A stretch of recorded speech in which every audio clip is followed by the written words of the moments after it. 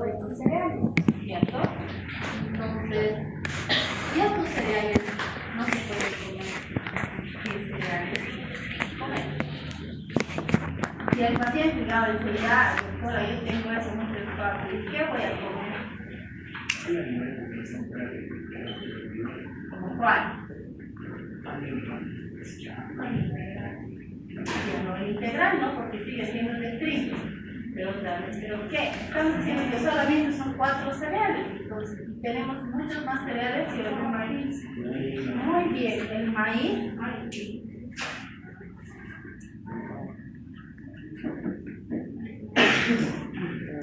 Por favor. No entiendo por qué. ¿Es desde aquí? No hay señal. Verifique la entrada externa o seleccione otra entrada con el botón input.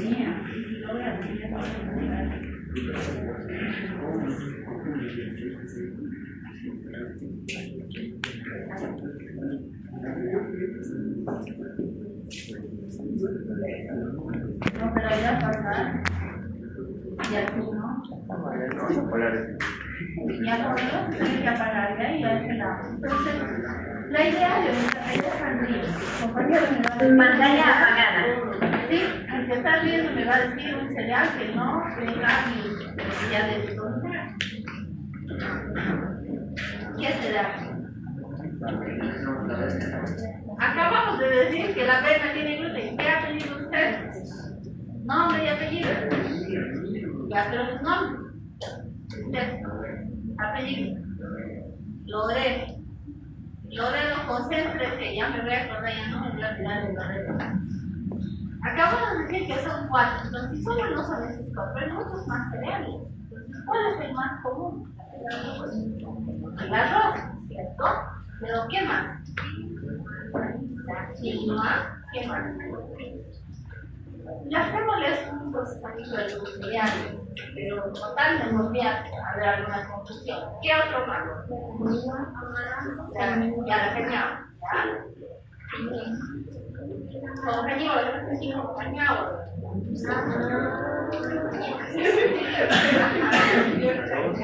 ¿Qué más? Ya. Pero el amaranto, ¿será un cereal? ¿Es un cereal? ¿Sí? Va a buscar. Está bien, la banca no tiene, pero hay que buscar bien el restaurante de cereales. ¿El cereal, la marca? Sí. ¿Cómo viene la marca? No, usted ya me recuerdo, pero originalmente, ¿qué viene? Van a buscar todos qué alimentos no son, porque los pacientes les van a preguntar qué puede comer. ¿Ya? ¿Qué más?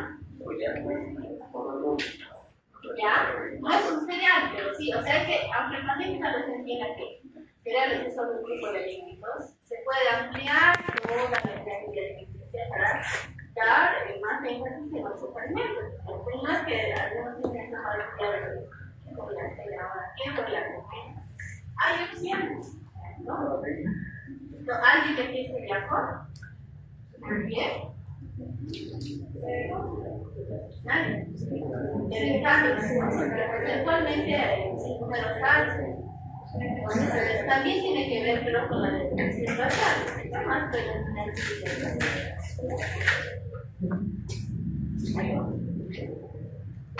Entonces, ahora vamos a ver. Una enfermedad celíaca es un síntoma de mala absorción caracterizado por intolerancia a las proteínas del gluten en individuos genéticamente predispuestos con los alelos HLA-B2 y TQ8. Estos dos genes son los más importantes. Son más del 90% de los casos. Y el 10% restante, pues en otro tipo de gen o no se reconoce qué alteración génica ha habido. ¿Ya? La causa es multifactorial, es decir, hay factores dietéticos, ambientales y genéticos que tienen una significación importante. Entonces, ¿dónde podemos actuar nosotros? Los ambientales, ¿no? enfermedades. ¿Y qué podríamos hacer en eso? Nuestra dieta, lamentablemente, es desanalizar falta de gluten. ¿Quién no come pan todos los días? Levante la mano. Solo 4 personas, 5 de todo el curso. Después todos comen alguna vez, no sé, en la mañana, tarde, en la noche, pan, etc. No es lo ideal, lo de arriba, pero es algo que culturalmente hemos aprendido de nuestros papás, de nuestros abuelos, cuando hay un montón más de cereales que podríamos comer. Pero ¿en qué lugar de nuestro país, por ejemplo, esa dieta es totalmente diferente? ¿Dónde? Estamos hablando de Bolivia. Santa Cruz, la dieta oriental, jóvenes, se baja en gluten, se dan cuenta. Comen pan de arroz, que es de yuca. Luego, por ejemplo, los platos de están basados en arroz. Analizan, es muy poca los platos que tienen gluten, ¿sí o no? Entonces, una forma de orientar al paciente es decir, bueno, vaya viendo que dietas hay el oriente que no tienen y hay unas condiciones para que no sería cancelada, ¿cierto? Y idealmente la dieta debería ser variada. Leo dice, se caracteriza por la intolerancia a las proteínas de gluten, las proteínas y las proteínas, presentes métricos enteros de la niño y se comparan, ¿cierto? Entonces, el retraso del crecimiento y los síntomas digestivos se observan al inicio temprano de la enfermedad celíaca, mientras que su aparición tardía viene marcada por la presencia de síntomas extradigestivos. Es decir, una enfermedad celíaca identificada en los niños que ha causado constantemente molestias digestivas sin diagnóstico, ya el adulto va a tener otro tipo de complicaciones, como vamos a ver. Entre estas, eso es lo que el diagnóstico temprano, ¿para qué nos sirve? Justamente para prevenir estas complicaciones tardías como la anemia retrogénica, la neutropenia con osteoporosis. ¿Y hay alguna asociación en estudios? No es que todos los que ya no la no para nada, pero hay una asociación más alta de estas formas. Es por eso importante la dieta, ¿cierto? Y también estudios asociados a la infertilidad y también estudios de asociación entre los pacientes autistas y la intolerancia al gluten. Ya van a revisar, ¿cierto? El seguimiento de los pacientes con autismo y las pruebas de screening que se les toma, se ve que hay una asociación que también tiene buenas noches, que tienen intolerancia al gluten. Entonces son esos grupos de pacientes que hay que tener más cuidado, ¿no? Para hacer un screening más temprano. El retraso del crecimiento y los síntomas digestivos se observan estábamos viendo ya luego de las complicaciones, incluso a veces hay complicaciones neurológicas y dentales también. Y ahora eso nos acá de epidemiología, ¿no? A nivel de nuestro país no hay estudios que nos digan cuántos celíacos hay. ¿Por qué? Porque no se hace el screening, ¿cierto? Solo se llega al diagnóstico cuando el paciente tiene múltiples moléculas intestinales. Como les digo, en nuestros países sí es screening, ¿cierto? Entonces, en Europa y Estados Unidos afecta a 1 o al 3% de la población con mayor prevalencia en las mujeres. Acá les he puesto los genes más comunes, de 2, de 8, y los no de 1, de 8, que son casos.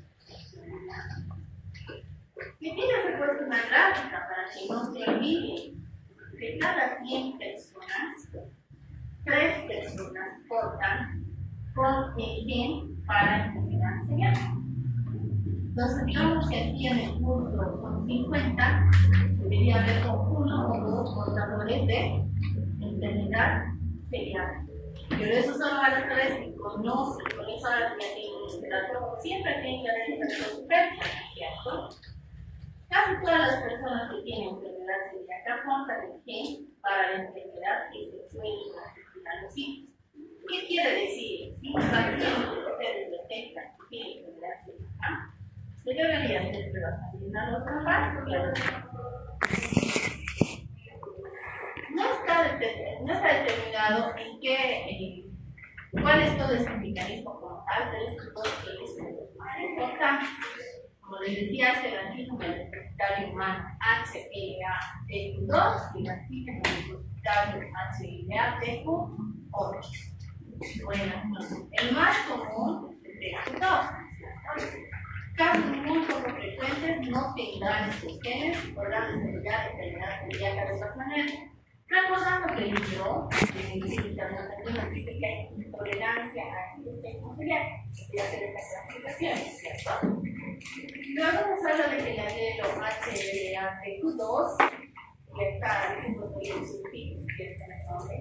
está presente en el 90 a 95% de los celíacos, mientras que el 5 al 10% presentan el TQ8 y el restante.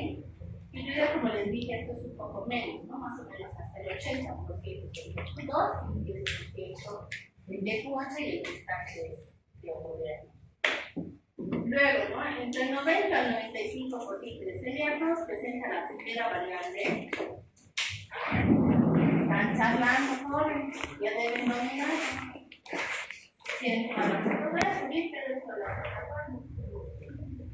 entonces, presenta la primera variante. ¿Qué quiere decir esto? Que la alteración de esos dos genes va a ser en un mismo cromosoma. Eso es lo más común. Del 90 al 95%, en el mismo cromosoma va a haber esa alteración. Pero ¿qué pasa? Hay un 5% que tiene alterado un TQ8 en otro cromosoma. Entonces es más difícil que detectar. Luego, les he puesto aquí que hay genes no HLA, es decir, los pocos, los que consideraban que el 5%. Estudios de asociación genómica indican que la asociación más fuerte se establece con la región 5+31-33, llamadas CELIAC2, y 2+32, llamadas CELIAC-C3.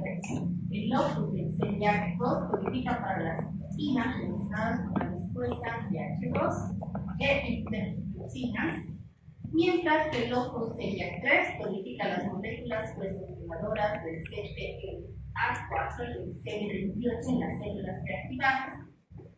Y este otro gen, que esta vez es un poco más raro, pero que también hay estudios, es el gen miosin IXB, ubicado en la región 19P13.1, se conoce como CELIAC-C4. Este gen codifica para una variante de la proteína miosina, poco convencional y voluntad de la remodelación del sistema. Esta variante proteica influye en el aumento de permeabilidad entre las células que corresponden a los espectros inmunogénicos. El gluten, su papel en trastornos iniciales de la respuesta inmune también se reconoce. Entonces, aquí les he puesto un poco la fisiopatología de que solo se da el gluten, el grupo de proteínas ricas en residuos de prolina y glutamina, presentes en los trigos del menosoma de avena. La deficiencia de las poliglutamilados de las enzimas contenidas en el jugo gástrico, pancreático, colegiadas en forma de borde de cepillo, impiden esa degradación. Al no haberse degradado, se originan péptidos más grandes. De todo, ¿qué pasa en la digestión? Nosotros partimos las moléculas, pero en este caso no hay entonces hay péptidos grandes de gran tamaño que no son capaces de atravesar el epitelio intestinal para la absorción, se acumulan en el lumen. La presencia de agentes endógenos y tóxicos afecta en la integridad de la permeabilidad celular y reducen el paso de estos péptidos a la lámina propia, donde se dan sustrato de la enzima transglutaminidasa NCK2, que modifica los residuos de las moléculas HLA, TQ2 y TQ8, están expuestas en las células presentadoras de antígeno APC. Las APC localizadas en la lámina propia pueden presentar péptidos desaminados del complejo peptidenzima. La siguiente activación de la CD4 y desencadena una respuesta de acción no caracterizada por la producción de anticuerpos antiglutaminasa o la liberación del interferón gamma. ¿Para qué nos sirve servir? Para saber esta fisiopatología. Nosotros tenemos pruebas como la antiglutaminasa y la antiglutamina que tenemos para ver por Porque en teoría, si no ha habido estimulación, no tendría que haber esos anticuerpos. Esos anticuerpos solo se forman cuando se ha partido, ha tenido también esta presentación de antígeno y entonces se ha desarrollado esos dos anticuerpos. El interferón gamma potencia la presentación de antígenos asociados al HLA y amplifica la fase de reconocimiento de la respuesta inmunitaria, lo cual está ligado a las células T. Entonces, allá atrás me están charlando, jóvenes. Entonces, esta es la explicación general de por qué se encuentra esta respuesta inmunológica y serológica en el paciente. Esas son las pruebas que ustedes pueden medir con el mensaje. Luego aquí les he puesto, ¿cierto? ¿Quién debe ser la prueba? Que alguien sería los padres, los hermanos y los hijos, porque estamos viendo que sí hay una relación genética. Aquí les he puesto una imagen del intestino delgado sano, con las diversidades conservadas, del intestino del celíaco, ¿no? Que como hay esa respuesta inmunitaria constante, va perdiendo las diversidades. Ustedes saben que gracias a las diversidades absorbemos nutrientes. Por eso es que en los pacientes, en los niños, por ejemplo, se ve que hay crecimiento disminuido, ¿cierto? ¿Qué otra cosa vemos? Que hay alternancia entre, hay periodos donde tienen diarrea. ¿Por qué? Porque no hay esa absorción total de los nutrientes, el niño va a comer, y si ya ha pasado mucho tiempo, no de inicio, porque de inicio todos tienen las mismas necesidades que se dan daño tiempo, no va a absorber nutrientes, no va a absorber líquidos, ¿qué va a pasar? Va a presentar diarreas osmóticas, ¿cierto? Que es una de las características de la enfermedad celíaca. ¿Qué síntomas tiene la enfermedad celíaca, joven?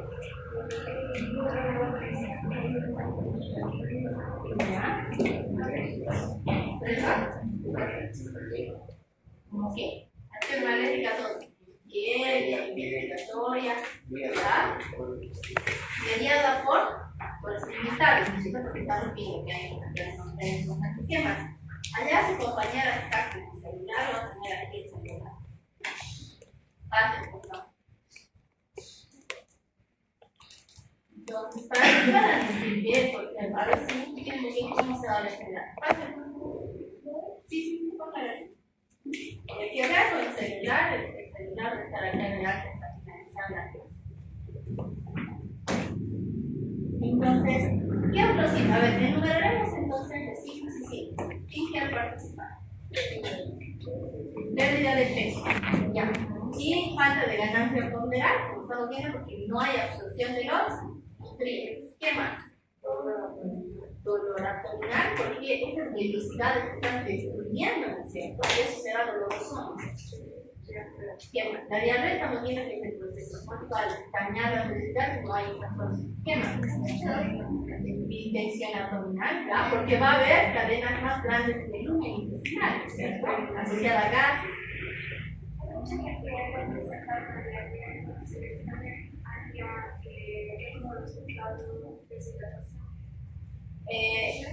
Puede ser, pero a veces se ve que la enfermedad celíaca está enferma y diarrea y estreñimiento. No siempre, pero a veces sería entonces como que compensa un poco. Por eso es que a veces el diagnóstico es tardío. Y cuando se dan cuenta cuando el paciente ya es mayor de edad. Entonces, ¿qué más? Ya, porque no está pudiendo tener inmune. ¿Qué más? Ya, la anemia. ¿Qué más? Irritabilidad. Osteoporosis. Ya, que sería una complicación más a larga data debido a la osteopenia, ¿no es cierto? Infertilidad, ya. Ya, dermatitis, que sí son complicaciones, como está asociada al deportivo y demás. Ya, hay trastornos neurológicos. Porque obviamente, una persona que todo el tiempo vive con dolor, entonces la ansiedad, tensión. ¿Qué más? Entonces, aparte de estar relacionada con la neurointeligencia, como el autismo, también eso está asociado, por ejemplo, a la hiperactividad. Entonces, si ustedes ven pacientes que están en emergencia, un paciente tiene también que realizar al paciente para que haga el control de las patologías. Cuando esté entrando el diagnóstico, porque la idea es no le rápidamente. Sí, por eso por la falta de absorción nutritiva. Entonces, esa es la base para.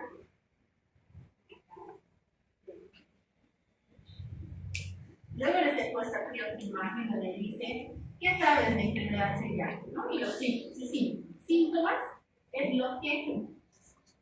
En realidad deberíamos siempre clasificar el síntoma, lo que siente el paciente, y signos, lo que yo veo. A veces en esta imagen no está tan bien clasificado, pero como decimos, el signo sería diarrea, el síntoma sería falta de apetito, signos también sería el vómito, síntomas las náuseas, síntomas de dolor abdominal.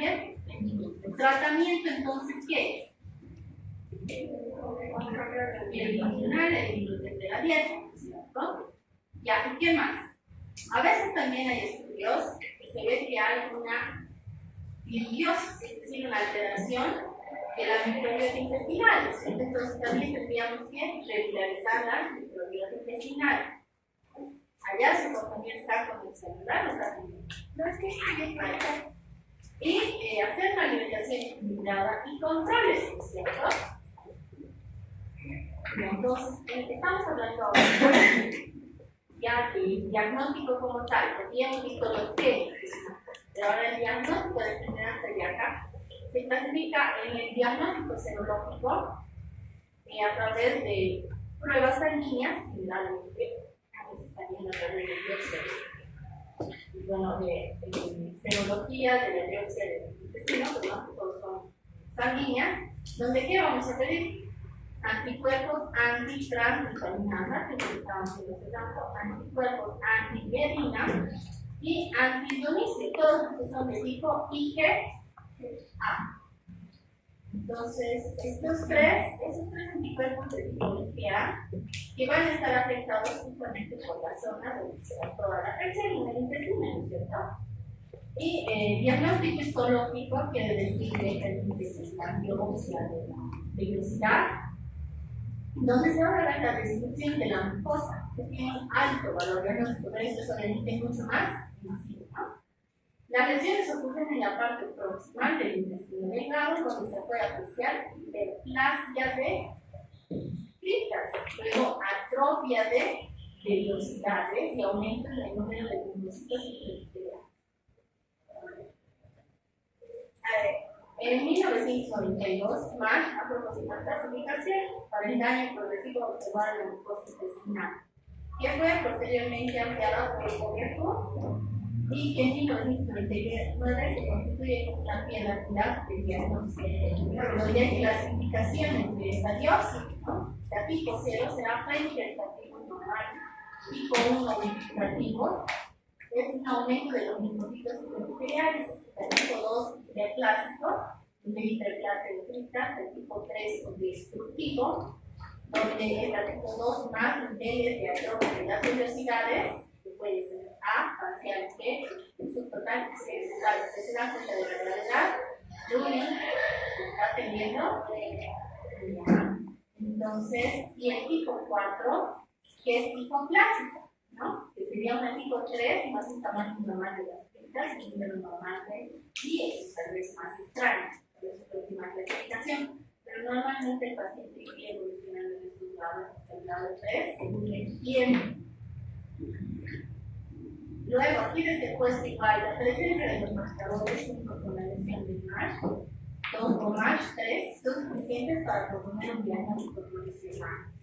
El genotipaje HLA de Putin, papel secundario dentro del algoritmo diagnóstico por la condición necesaria, pero no suficiente de los genes de susceptibilidad crítico. Esta prueba posee un alto valor de homeotipo, casi 100%, por lo cual es útil para descartar en general un diagnóstico confuso. De esto, dentro de este grupo, es decir, ¿a quiénes haríamos la prueba? Que no las pruebas serológicas son a individuos con elevada sospecha clínica y serología negativa, individuos con serología positiva y biopsia negativa, o pacientes que no responden a una dieta libre de gluten, quieren la dieta, ¿no? Entonces, un individuo hereda el alelo HLA de cada parte, por lo que los familiares de los celíacos presentan un riesgo potencial de transmitir ¿no?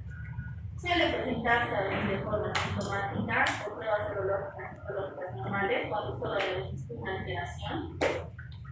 Y también está relacionado con otras enfermedades autoinmunes. Puede haber una confusión con enfermedades autoinmunes como el tipo 1 o el síndrome de Shanghai. En general, luego aquí les he puesto los signos y síntomas habrían sido claridad. En la infancia encontraremos vómitos, diarreas, pérdidas, náuseas, anorexia, astenia, irritabilidad, pelo frágil, falta de crecimiento, introversión, dependencia, leucopenia, colinopatía, defectos del esmalte dental, dislexia, hiperactividad, pero no porque no hay estudios que digan que la celiaquía produce las neurodependencias, porque hay una asociación entre ambas patologías, que existe ambas, ¿cierto? Luego hablamos sobre en la adolescencia, leucopénica, diarrea, colectiva, luego tenemos estreñimiento, estomatitis, celulitis, que también tendría verdad, y lesiones de la boca, cefalea, sepulencia, cortocircular, hipersensibilidad, taquicardia, juvenil, y lo más frecuente es que parece a veces como asintomático. Y en edad adulta, a partir de irritabilidad, depresión, inapetencia, pérdida de peso, dermatitis, anemia ferrogénica, osteoporosis, fracturas óseas, artralgias, colon irritable, estreñimiento, abortos, infertilidad, menopausia precoz, epilepsia, cáncer, neuropatías, cáncer digestivo y hipertransaminidad, es decir, las transaminasas más elevadas. Entonces, no se olviden, ¿no? El tiempo que nos da el gluten. Realmente el vecino come patas animales. El vecino come pizza. El vecino come pan. El vecino consume avena. Luego tiene consumo de cigarros. Porque esto puede ser ¿cierto? Todo esto, las galletas también, de todo no consumen galletas. Es muy importante la dieta, la beneficio de esta dieta no es la mejor. Al cambiar este ejercicio, por ejemplo, los síntomas y el pronóstico del paciente. Luego de ese curso preparatorio, un cuadro, donde se puede ver que la enfermedad, o sea, si ustedes ven, son las expectativas de personas de la está diagnosticada. La punta del iceberg, las veces una proyección de cosas aquí, pero la gran parte de las cosas van a quedar con clientes, latentes, con cosas normales o no diagnosticados o con diagnósticos de otras patologías intestinales, ¿no? Entonces, aquí les he puesto, ¿no? ¿Qué incluye en esta pirámide? El gluten, el consumo de gluten, los genes HLA, TQ2, TQ8, la epigenética, la microbiota intestinal, que termina dando la patología fetal, ¿no? Entonces, podemos actuar en todos estos lados. No, es después el diagnóstico y el examen de sangre, las pruebas genéticas. En realidad no sirve si la prueba genética primero para decir. Si hacemos solo la prueba genética para decir la probabilidad de seguimiento, luego si los resultados son positivos, tiene el riesgo para desarrollar, pero es el riesgo, recuerden que todo va a depender también del efecto ambiental, cuál es la efecto. Si ya sabemos que estamos predispuestos y cambiamos la dieta, vamos a cambiar ese camino, ¿cierto? El daño que las necesidades. Luego, si los resultados en la prueba son negativos, no importa que nos señal. no podrá desarrollar la enfermedad en el 30% y transmitirla, salvo que esté en excepcionalidad.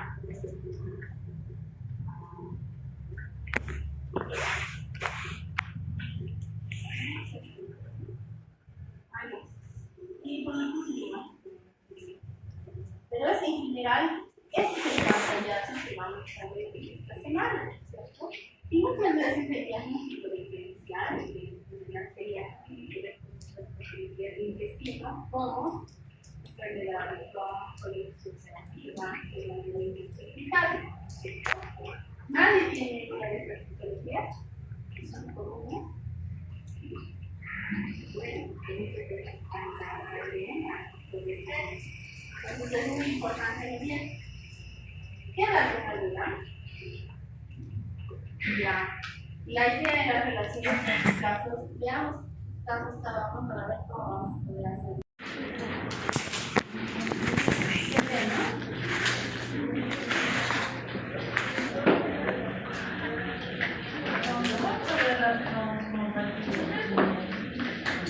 Silencio, por favor, los que estén hablando van a participar activamente en la clase, ¿ya? La FIL ha mantenido de la organización, porque si no, a veces no les digo de eso. Entonces, primero vamos a repasar un poco sobre la estructura genómica. El ser humano tiene aproximadamente 30.000 genes, distribuidos en 23 pares de cromosomas, es decir, 46 en total, ¿no? De los cuales autosómicos, ¿cierto? Son todos los pares, excepto el último par, que es conocido como sexual. El varón va a ser el XY y la mujer el XY. Entonces, ¿quién determina el sexo del bebé? El varón. La mujer siempre va a aportar un X, y hace que el varón aporte o un X o un Y. Luego,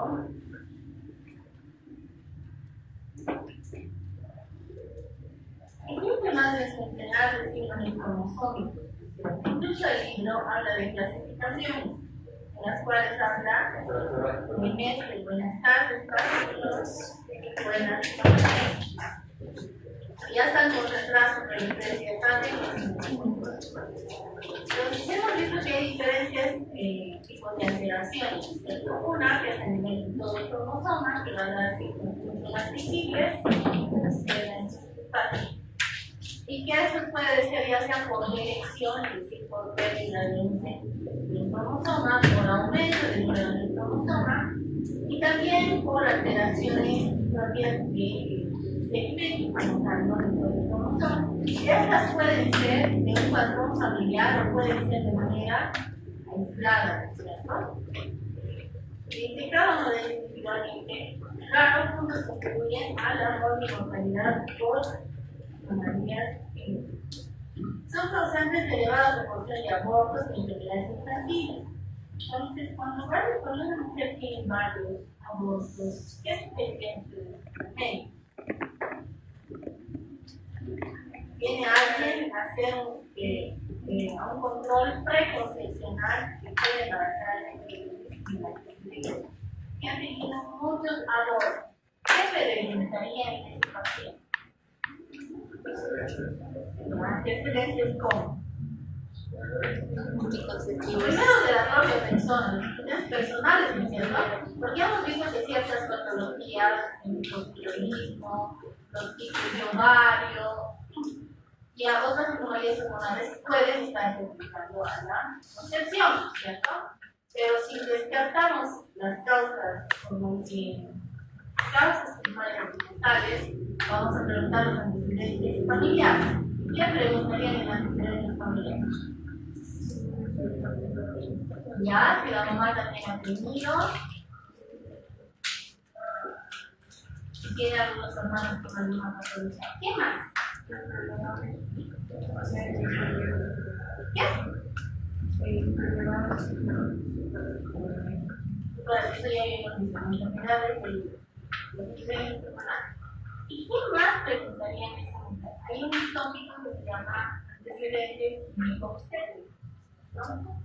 Entonces, primero voy a explotar cuántas veces te embarazaste, cuántos abortos, y luego la causa de los abortos, ¿no? Porque podrían ser espontáneos, provocados, para que tengamos una idea del panorama. Luego, igual preguntar la edad gestacional de los abortos, o cuál ha sido algunas veces que ya saben lo que se entiende, antecedentes de malformaciones graves. ¿Qué otra cosa debemos tener en el examen? Si han tenido disposiciones conceptivos prolongados, eso también puede tener. Si está el tratamiento conceptivo, ya. Luego, para el factor de riesgo genético, ¿qué más podemos?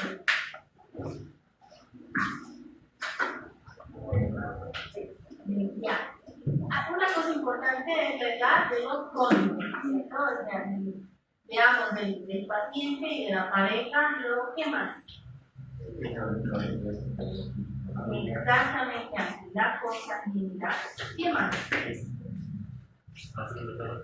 Bueno, Anthony, bueno, aquí adelante el último ¿para qué hay una fiesta? Para que pueda participar. Ya, entonces, está muy bien lo que dicen, hay que preguntar también el riesgo laboral, ¿cierto? La exposición a ciertas sustancias.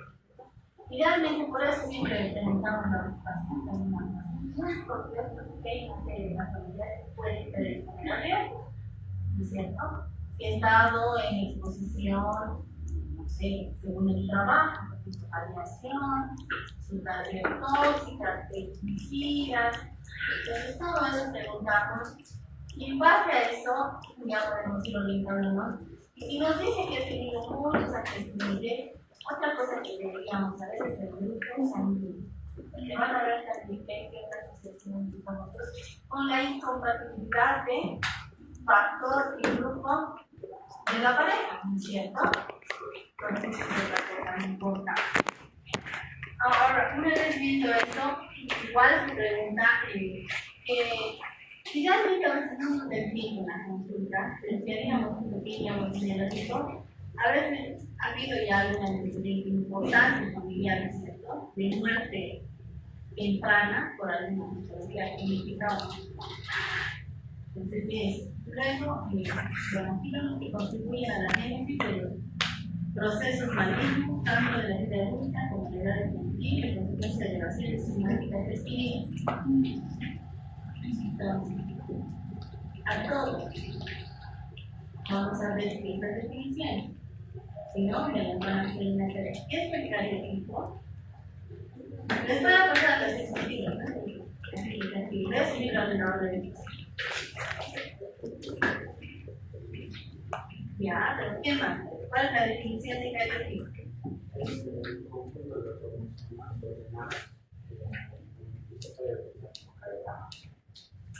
Ya. ¿Qué es el grupo cromosómico?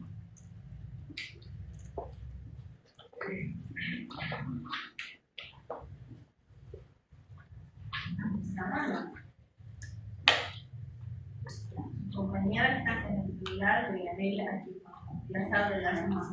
¿Hasta buscando? Seguro. Ah, bien.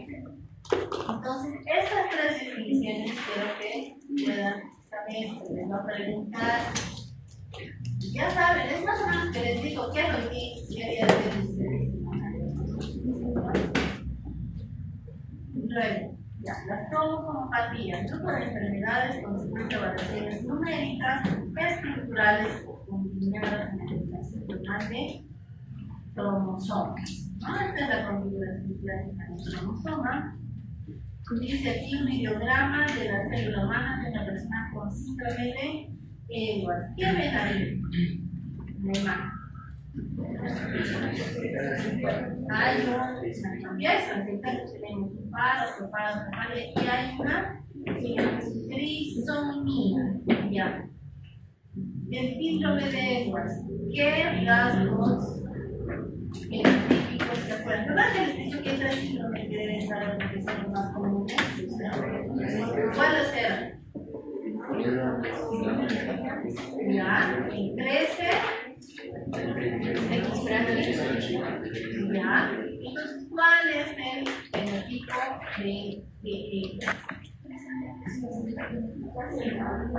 Diaria, asociación, ¿qué más?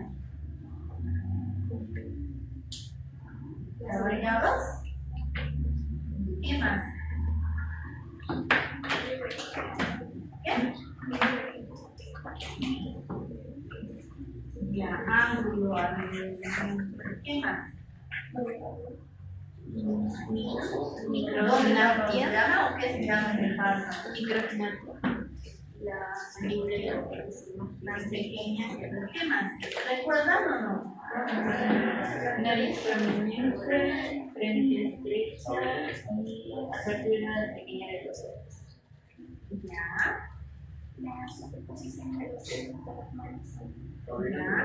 Ya, yo les pregunto lo bien importante. La mortalidad. ¿Cuánto tiempo de vida tenía la mayor parte? A ver, ¿cuánto? Han revisado, no he leído, está ahí un cuadrito. ¿Han revisado? No. ¿A nadie ha leído? Al primer año. ¿Primer año? ¿Cuál tiene sobrevida de días? ¿Sí? El dedo sería. Ustedes están revisando. Aquí hay un cuadrito que les habla de las características y luego de qué? De la sobrevida. ¿Necesitas revisar el cuadro? No. ¿Cuál es la trisomía de menor tiempo de vida? 13, ¿cierto? Incluso la mayor parte morían en los primeros días de vida. Ya mientras que el de Edward, el 90% morían durante el primer año. ¿Qué pasaba con el síndrome de Down?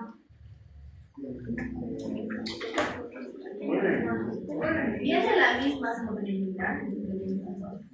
¿Han leído? Hay toditas dos hojas que recuerdo el síndrome de Down.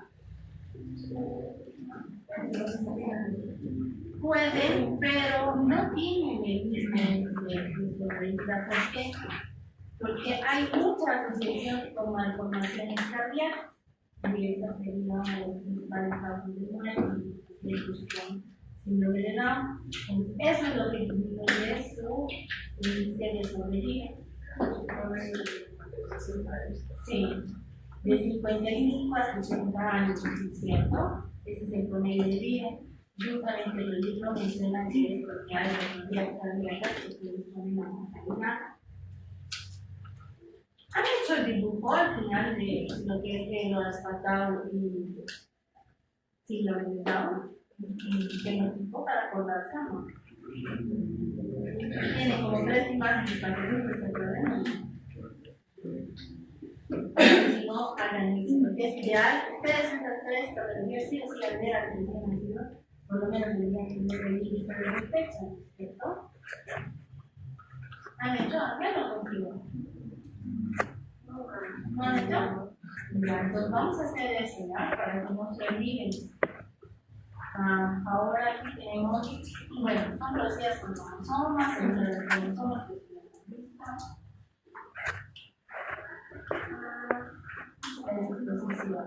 ¿cierto? Entonces,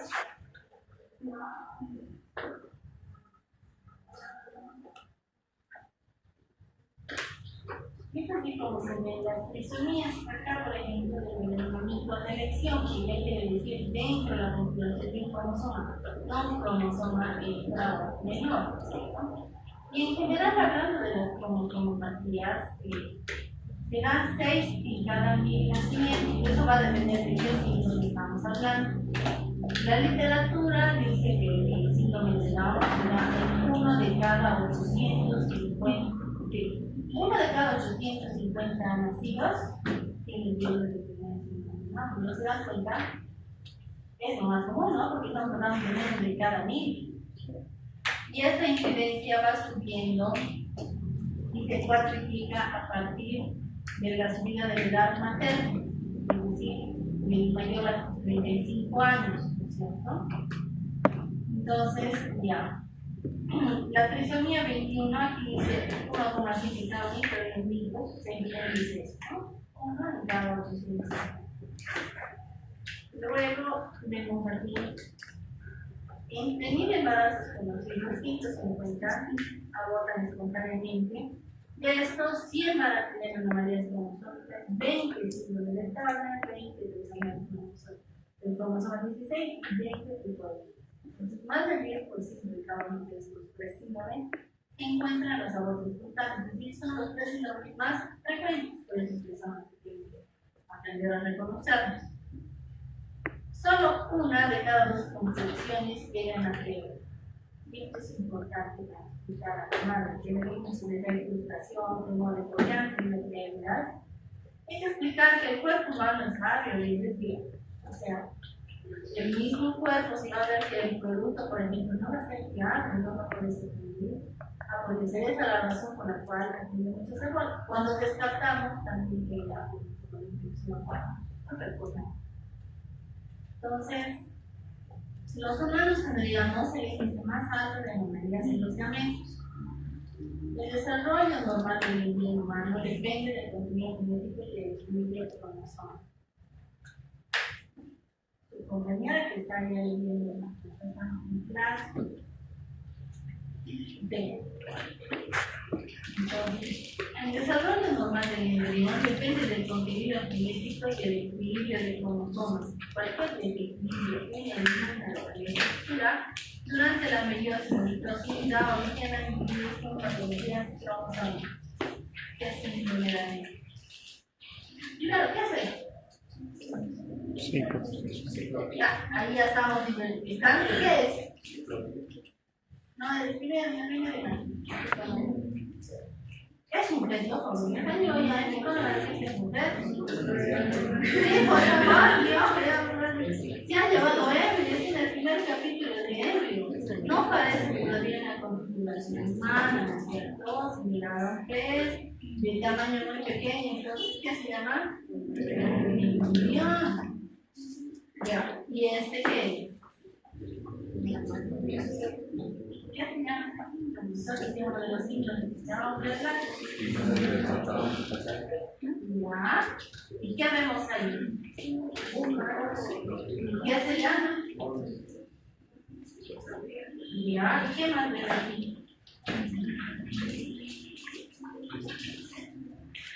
No notan ¿qué? No notan nada. Ya, primero el evidencia que mis compañeros de salón y de salón está demasiado difícil, ¿cierto? Ya. Y la implantación de pareja como está. Ya. Entonces, el 95% de las veces las patologías cromosómicas son debidas a un accidente genético. En especial aquellas sintonías que tienen alta frecuencia como la trisomía 21, luego la trisomía del cromosoma 18, síndrome de Edwards, es decir, 1 en cada 5.000 nacidos, y la trisomía 13 es una de 1 en cada 10.000. Si bien tenemos así, estamos viendo que mayor a menor incidencia, el más común es el 21 y el menos común es el 13, en gravedad al inverso. De mayor gravedad es el Tau de Limón, ¿verdad? ¿Qué implicancias tiene el síndrome de Down? Aparte de los rasgos fenotipos. Ya, muy bien. ¿Qué tipo de deficiencias intelectuales? ¿Qué grado de educación?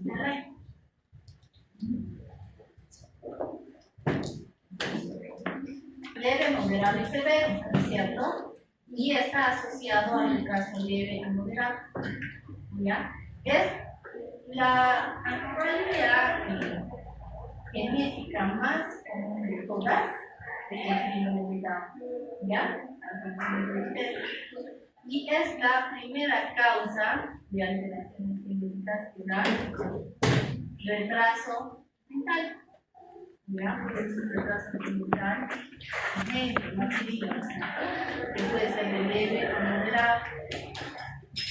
Entonces aquí volvemos a averiguar qué características tiene esta anomalía.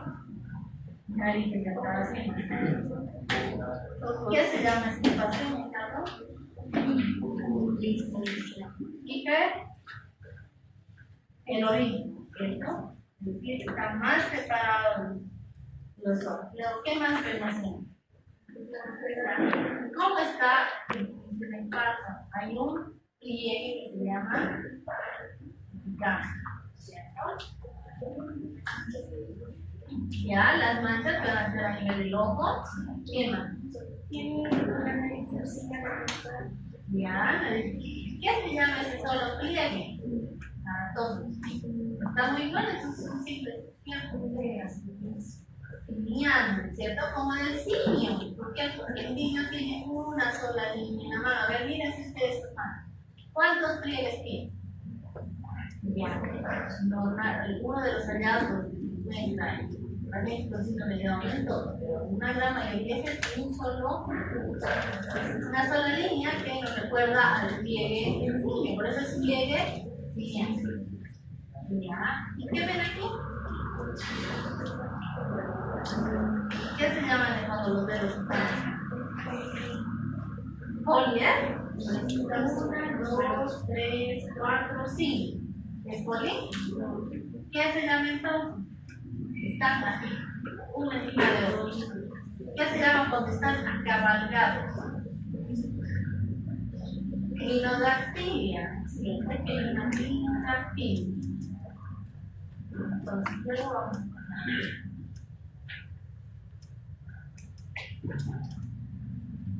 Este es uno de los pacientes más importantes del libro, por eso es que los clases de libro para que vean, ¿sí?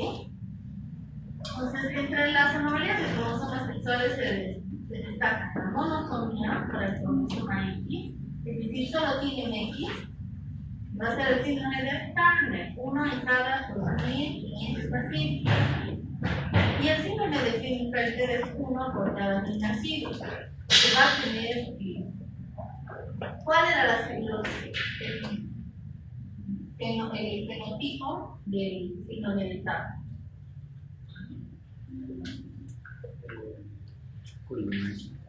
Primero la estatura, ¿verdad? Bajo estatura. ¿Qué más se ve?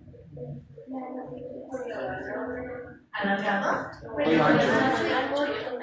¿Qué más?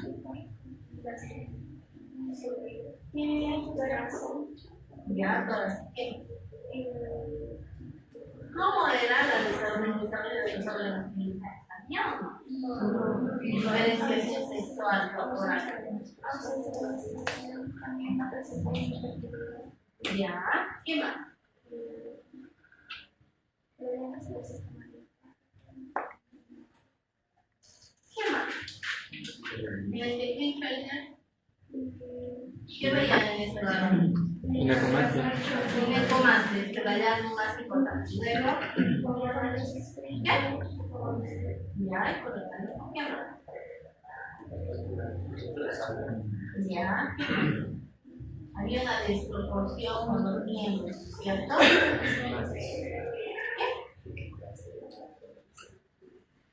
Ya, ¿qué más? Ya. Estos son los más comunes, pero de los cromosomas sexuales, ¿cierto? Ahora, la clasificación de los trastornos se debe total o parcialmente a factores genéticos. Los principales serían monogénicos, un solo gen, un solo error. Y hemos hablado que cuando es un solo error a veces puede pasar de alfa presidido de diagnóstico tardío o con leves modificaciones en el fenotipo, ¿cierto?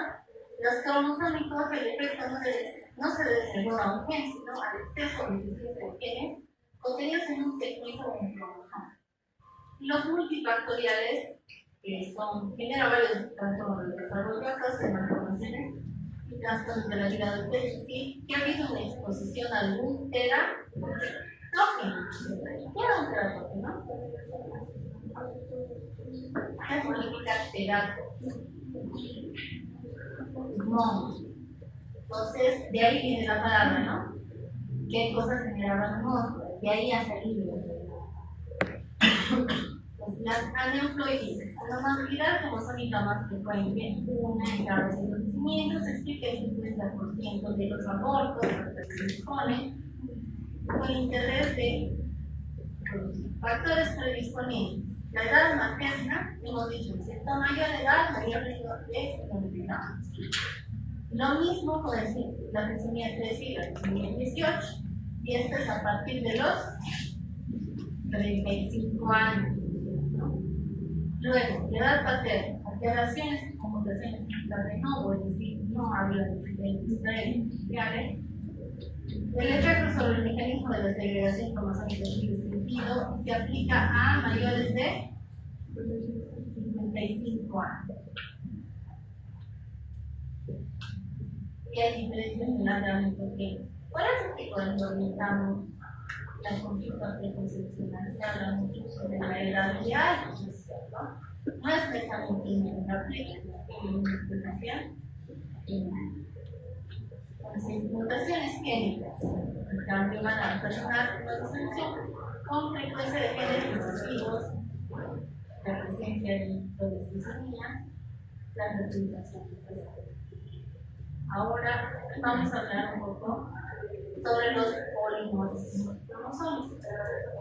Son las relaciones cromosomianas más frecuentes en el cromosoma 3 y 21 y de la inmunidad anticuerpos ideas de más de niños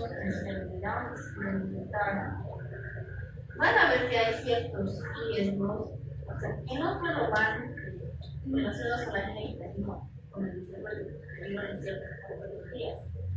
Por ejemplo, en el síndrome de Down existe un 8% de mayor probabilidad de tener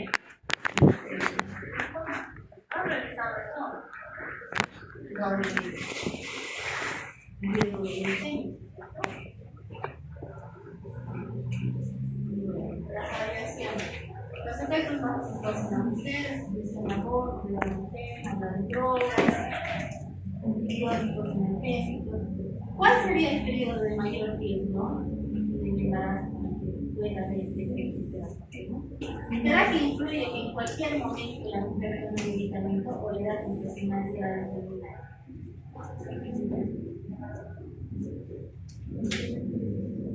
Muy bien. El primer trimestre es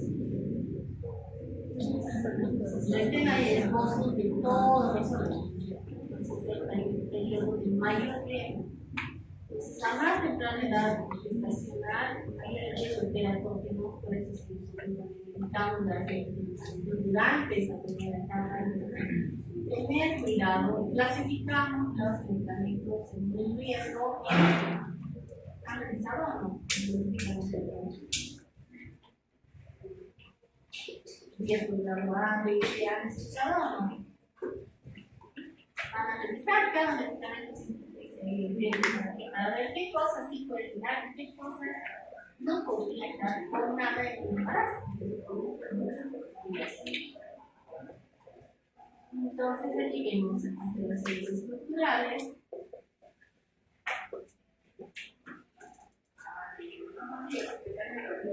Y lo que vemos aquí, ¿qué es?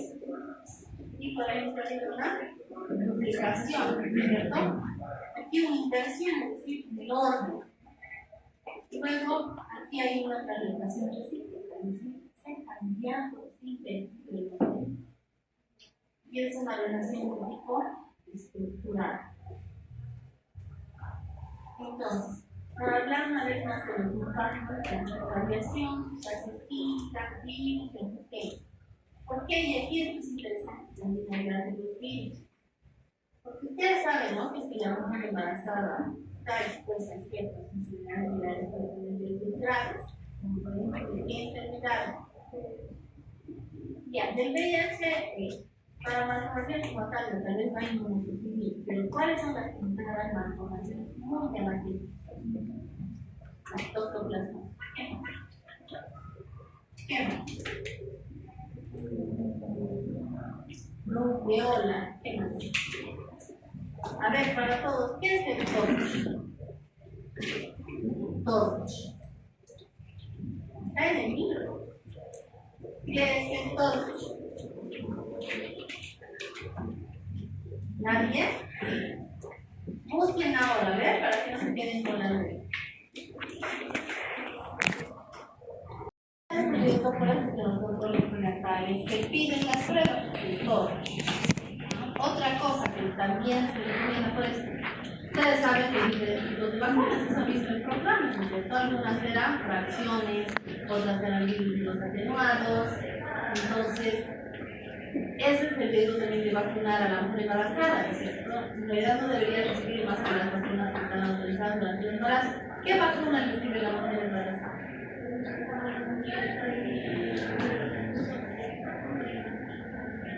¿Saben o no?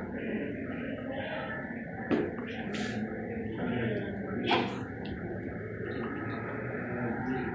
La vacuna de la influenza, ¿qué es? ¿Qué? Sí, pero ¿qué es? ¿Qué tipo de antígeno es? ¿O qué tipo de preparado, de contenido tiene la vacuna? ¿Qué? ¿Sí? Ya eso ya llevado en el payo, no han llevado. En la tablita está. En general, la embarazada solo puede recibir realmente la vacuna de influenza y a veces el refuerzo de antitetérico, ¿cierto? Pero ya hablando de las últimas semanas, para decir, no durante el primer.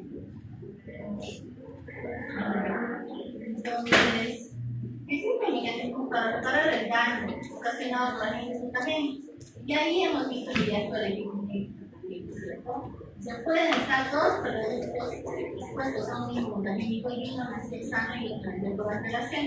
Por eso incluyen mucho los factores familiares, los factores inmunológicos y nutricionales, ¿no es cierto? Entonces, aquí vamos a alteraciones cromosomas numéricas, es decir, aumentan no tienen número. Ahí vamos a tener que las aneuploidías, juego de cromosomas incompleto, las monosomías, que solo va a tener uno de los dos pares, las trisomías, que va a tener tres, las euploidías, que son el juego completo, y las poliploidías. Y dentro de esto está aquí, en trisomías,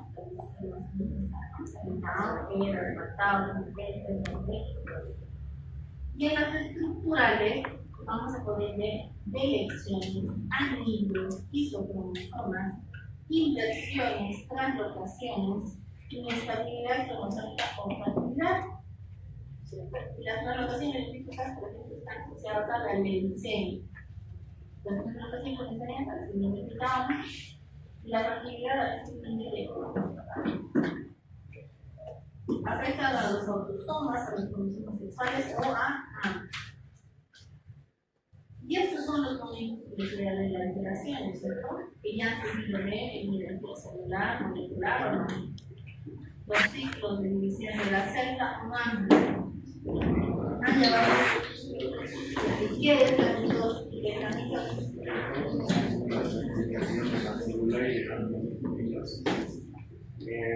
La separación de los cromosomas y en cualquiera de esos momentos puede haber alteraciones, ¿cierto? Entonces, mi imagen la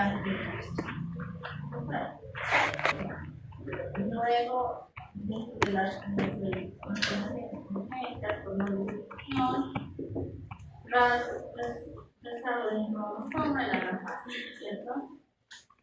A veces los cromosomas se eliminan aquí. El contenido genético no va a terminar de diferencia completa. Eso es algo también importante. Aquí podemos ver influirías, una voz temprano.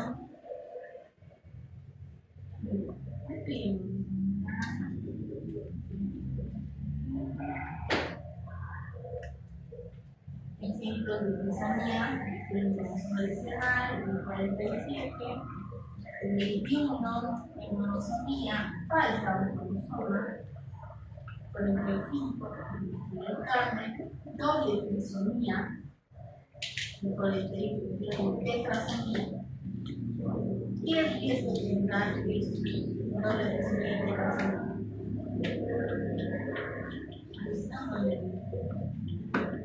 contra la localidad.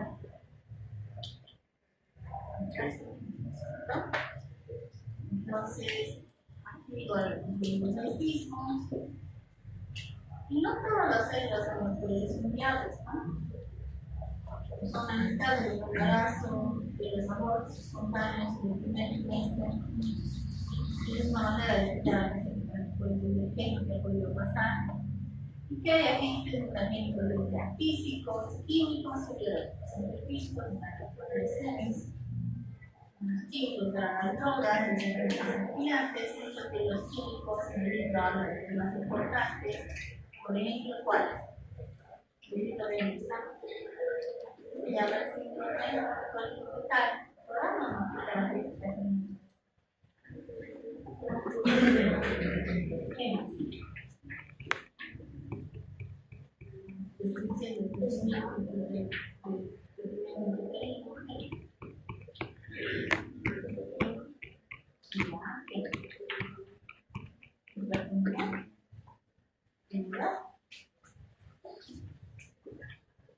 ¿cuál es la característica de la combinación de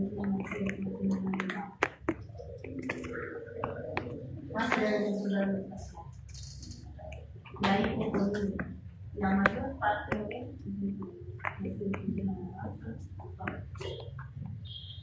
¿ya? Entonces, ya no estamos trabajando con todo esto. Y luego, bueno, aquí pueden ver la mencionamiento, la aplicación, la medición, la comunicación, el listo. Y las normalidades comunes, ¿cierto? La hipotonía hormonal al decidir. Esto ya vamos a ver en el examen físico como tal, y las anomalías cardíacas asociadas, que son las causantes de la mortalidad más temprana. Luego empieza respecto a la conducta ansiopatía, que viene de buscar evidencia, depende de las malformaciones asociadas. Con las experiencias y más comunes de relación ha sido con signo de la cara chata, reflejo de débil, hipotonía y flacidura capilar, excesiva piel en la nuca, hendiduras vertebrales, displasia de cadera, orejas pequeñas, pinodactilia, y pliegue palmar.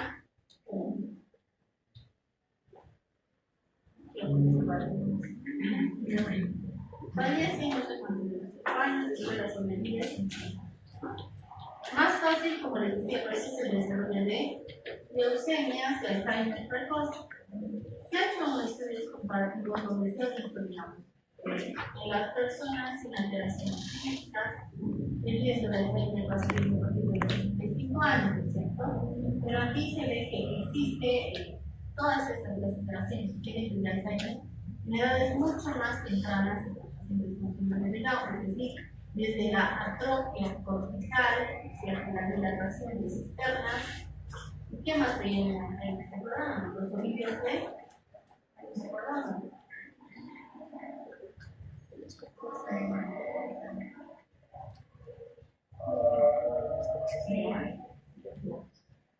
Entonces, los hombres, hay una alta de disponibilidad. Las mujeres son fértiles en cuanto a pero todas tenemos de Edwards, uno en 6.000 a 8.000, relación con la edad materna, de la afecta a niñas, con informaciones múltiples, y eso es lo que interesa que tengan un poco la imagen de manera que puedan venir con nuestros patrones. Este es el tipo de aprendizaje de las personas, ¿no? Así como reconocemos por conceptos, hay el reconocimiento por patrones. Si ustedes saben qué patrones hay, pueden encontrar. ¿Qué vamos a encontrar en el retraso del crecimiento, del desarrollo neurológico, la muscular, elevada frecuencia de los árboles en los dedos, de la cinturera, estenosis pilónica, hipertrofia, hernias abdominales, hipertrofia, hiperplasia abdominales, dolores y malformaciones cardiovasculares.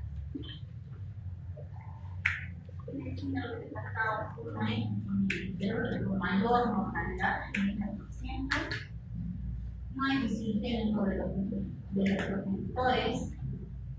Los hijos más importantes para la industria de la importancia de la hipertrofia, microcefalia, retraso del crecimiento, malformaciones cardíacas, metálicas intestinales y neurológicas. Hablando de las propiedades sexuales. No faltaron como son. Solo hacer el cromosoma 45 con un solo X, un cromosoma sexual. Es un síndrome vital relativo, se origina durante la meiosis del padre, en cada 5.000, y 99 muere antes del parto. Bueno, acá vemos sobre ausencia de cambios cerebrales, influencia ovárica, cuello membranoso o el esfinge, único valo, estatura baja, coartación de la aorta, riñón de nervadura, duplicación del mente, un cuerpo pequeño, y es un cromosoma X accesor. Va a ser uno en cada relación para la pierna, abiertamente el cromosoma, disminuye el coeficiente de sus transformaciones. Microorganismo, micromasto, tamaño, factores de potencial, superia, ausencia de células terminales y efectivamente una disminución de la clase que se llama recto-ginecoide, ¿cierto? Porque lo vamos porque hay justamente alteración en las hormonas sexuales. Entonces, aquí vemos micromastia, distribución irregular de la grasa abdominal, estatura alta, con ese no terminar. Entonces, ya se supone que ellos fuera para recordar. Revisemos un caso clínico para ver si hay angulación. Si no, les voy a dejar de esta actividad de que ustedes puedan hacer el uso de las alteraciones consolidadas más comunes.